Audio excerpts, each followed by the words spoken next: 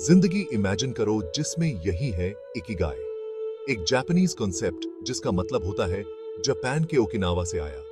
Ikigai कोई बड़ा सपना नहीं है, बल्कि एक धीमी सी आवाज है जो हमें ये है छोटी छोटी चीजों में खुशी ढूंढना, अपने शौक पूरे करना और दुनिया को बेहतर बनाना। इकिगाई खुद को जानने का सफर है जो हमें एक सार्थक और खुशहाल जिंदगी की ओर ले जाता है।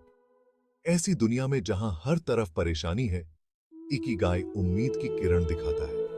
यह याद दिलाता है कि मकसद और खुशी कोई बल्कि हासिल किए जा सकते हैं। इकिगाई को अपनाकर हम एक बेहतर और अधिक सार्थक जीवन की संभावनाओं को खोलते हैं। इकिगाई को अक्सर 4 ओवरलैपिंग सर्कल्स के रूप में दिखाया जाता है, जिसमें हर सर्कल एक खुशहाल जिंदगी के जरूरी पहलू को दर्शाता है। ये 4 एलिमेंट्स हैं। आपको क्या पसंद है, आप क्या अच्छा करते हैं और आप किससे पैसे कमा सकते हैं। जब ये एलिमेंट्स एक साथ आते हैं तो एक पावर बनती है जो हमारे जुनून को हवा देती है और हमें एक मकसद देती है। आइए हर सर्कल को गहराई से समझें। इसमें आपके शौक और ऐसी चीजें जिसमें आप नेचुरल हैं।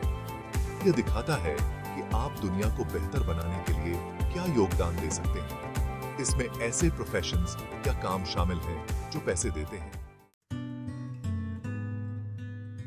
इकिगाई सिर्फ एक फिलॉसफी नहीं है, यह जीने का एक तरीका है जो सदियों से जापान में फॉलो किया जा रहा है, खासकर ओकिनावा में, जो लंबी उम्र वाले लोगों के लिए जाना जाता है। ये लोग अपनी लंबी उम्र और खुशी का रीजन इकिगाई के साथ जीना मानते हैं। इकिगाई हमें जीने का मकसद देता है जो हमें हर सुबह बिस्तर से उठाता है। यह हमारे जुनून को जगाता है, हमारी क्रिएटिविटी को बढ़ाता है और हमें जिंदगी की चुनौतियों का सामना करने की ताकत देता है। इसके अलावा इकिगाई बिलोंगिंगनेस और इंटरकनेक्टेडनेस की भावना को बढ़ावा देता है। जब हम अपने यूनिक टैलेंट्स और पैशन से दुनिया को बेहतर बनाते हैं तो हमें एक मकसद और संतुष्टि मिलती है। Section 4, finding your own Ikigai. यह अपने पैशन से रिकनेक्ट करने, अपनी स्ट्रेंथ्स को पहचानने और दुनिया की जरूरतों के साथ अलाइन करने के वेज खोजने के बारे में है। आप नेचुरल रूप से क्या अच्छा करते हैं? आप किन प्रॉब्लम्स को सॉल्व करने के लिए पैशनेट हैं?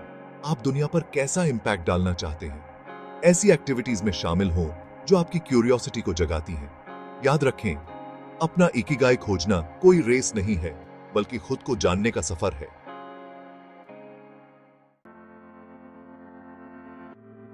Section 5, The Okinawan Example, where Ikigai thrives.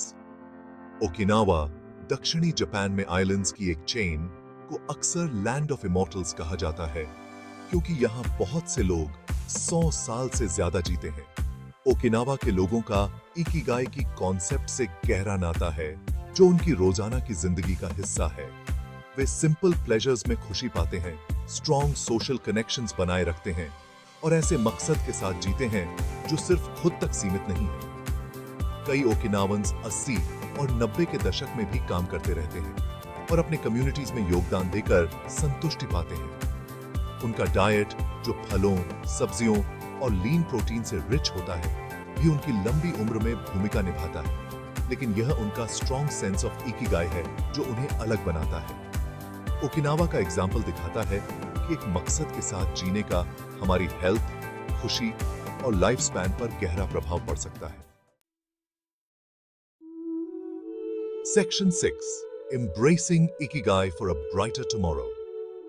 ऐसी दुनिया में जो अक्सर मटेरियलिस्टिक थिंग्स और एक्सटर्नल वैलिडेशन को प्रायोरिटाइज करती है, इकिगाई हमें याद दिलाता है कि असली संतुष्टि अंदर से आती है।